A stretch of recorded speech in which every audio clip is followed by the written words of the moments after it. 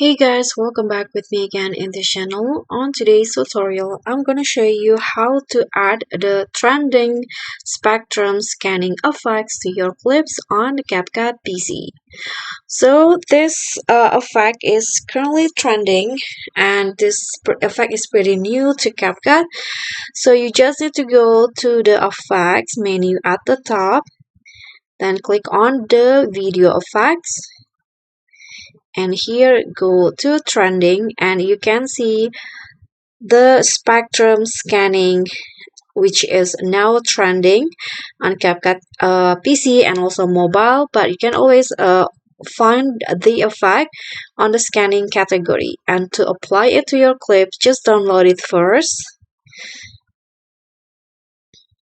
and then click on the plus icon and adjust it to your clips like this, and the effect will go like this. Okay,